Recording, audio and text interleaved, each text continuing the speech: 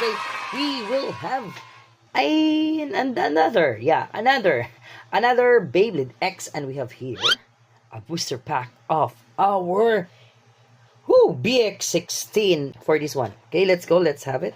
And yeah, it's already open because yeah, they see if it is real. It's the real Viper tail. Yep, there's the code and BX1601. That's why it's your Viper tail. So let's open the blade. So this is the original Viper tail. Let's go. Let's go. So we have here. Woo, very nice. So that's your original Viper tail, man.